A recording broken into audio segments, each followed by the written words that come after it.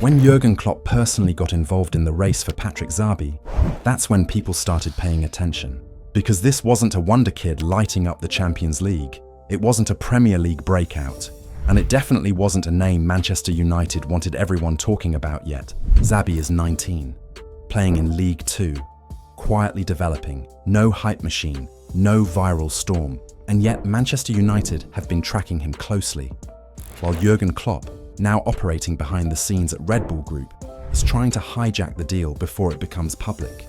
That alone should make you pause. Why would Klopp step in personally for a player most fans haven't heard of? What do United's scouts see that hasn't exploded onto social media yet? And how does a League 2 midfielder suddenly become one of the most sought-after young profiles in Europe? To understand why Patrick Zabi is suddenly being watched so closely, you have to look at where he comes from, not just where he's playing. Zabi was born in Yopougon, a working-class commune in Abidjan, Ivory Coast. It's a place where football isn't organised first, it's survived. Tight spaces, rough pitches, quick decisions. That background matters because it shaped the way he plays long before Europe noticed him. He came through Ivoire FC, a local academy known more for producing resilient players than polished stars. One lesser-known detail is that Zabi built a reputation as a six-a-side footballer before turning professional. That explains a lot. The close control, the balance, the calm in traffic. Those aren't things you suddenly learn at 19. In January 2025, Stade de Reims brought him to France. Initially, he wasn't meant to be first-team ready. He joined the reserve setup. But within weeks, the club accelerated his path. He made his senior debut shortly after, then stayed involved as Reims dropped into League 2. This season, he's not a fringe player.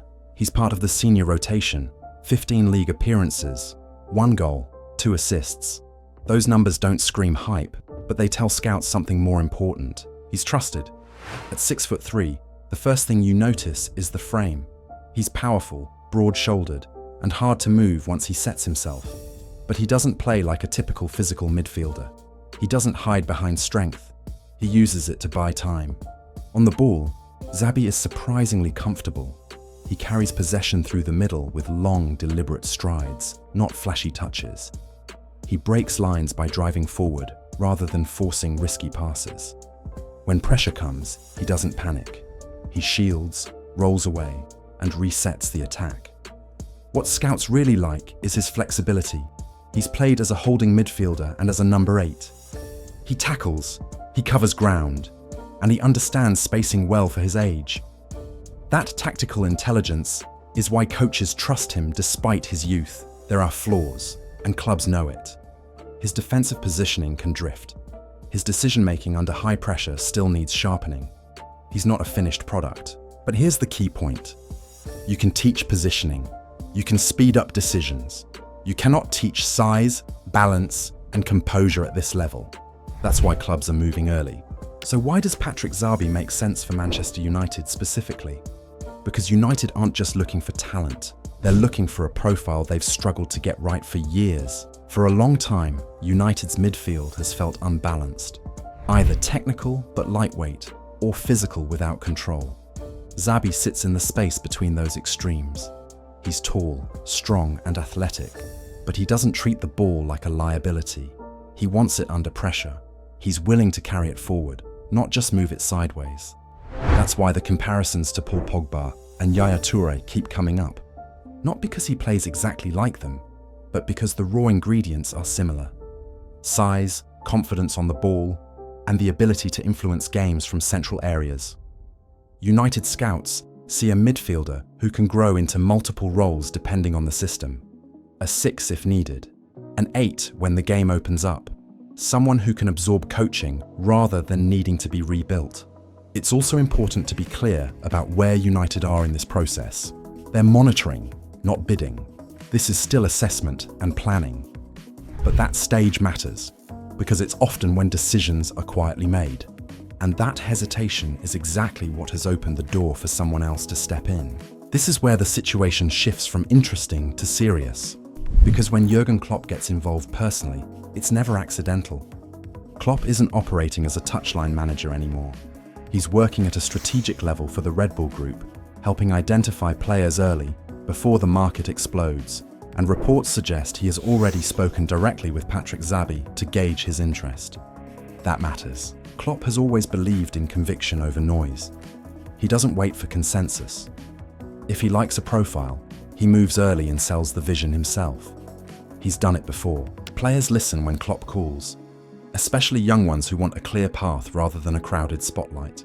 For Zabi, the Red Bull model offers something very specific: structure, minutes, a development-first environment where mistakes are part of the process, not headlines. That is a powerful alternative to Manchester United, where every touch is judged and patience is in short supply. This is why the word hijack isn't exaggeration. United have been watching. Klopp has already started talking. And in modern football, that gap between watching and acting is often where deals are won or lost. The question now isn't who likes Patrick Zabi more, it's who convinces him first. At this point, Patrick Zabi isn't choosing between clubs, he's choosing between pathways. Stade de Reims have made their position clear. They value him highly and want a guaranteed package around 25 million euros. Paris FC have already tested that resolve with multiple bids, all rejected. Other clubs are circling too. Premier League sides like Brentford, Crystal Palace and Fulham. Bundesliga interest from Borussia Mönchengladbach. Even an Italian club watching quietly. That tells you something. This isn't hype driven by one scout. It's consensus building across leagues. Manchester United's pitch is obvious. Scale, ceiling. The chance to grow into a midfielder who defines games at Old Trafford. But that comes with risk, competition, pressure, and patience that often runs out faster than promised. The Red Bull offer is different. Fewer headlines, clearer progression, a system designed to develop midfielders through repetition and responsibility. Klopp's involvement adds credibility to that vision. Neither option is wrong, but they ask different questions of the player. Do you choose the club that might make you a star, or the structure that might make you ready? For a 19-year-old midfielder still learning when to release the ball and when to impose himself, that decision could define the next 5 years of his career. And this is why the next move matters more than the fee. For all the excitement, clubs are very clear about one thing. Patrick Zabi is not a finished midfielder.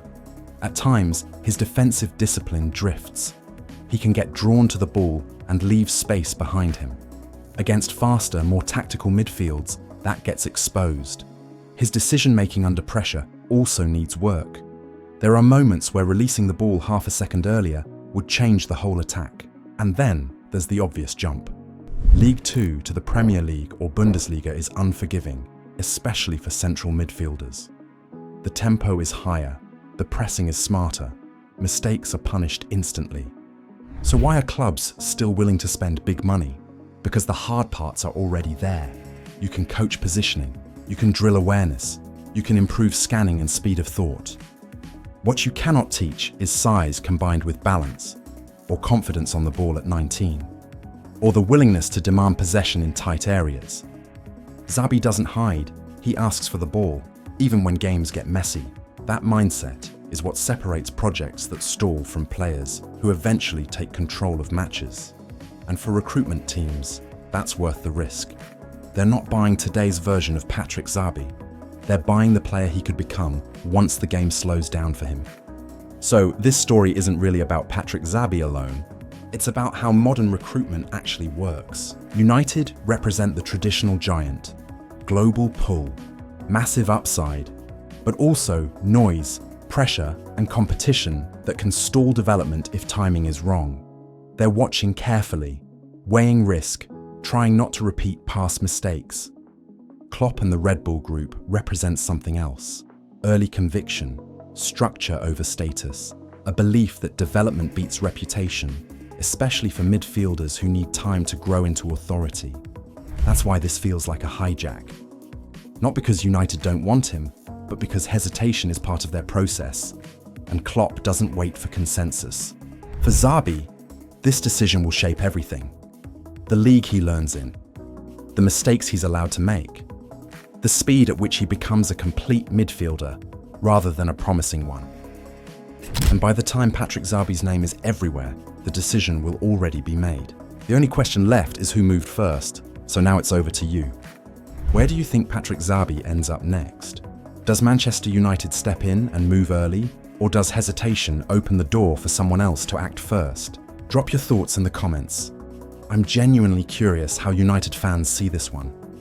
If you enjoyed this breakdown, make sure you're subscribed for more stories like this. Not just who the Wonderkids are, but why United targets certain profiles before the noise starts. Because the next big deal usually happens long before the noise starts.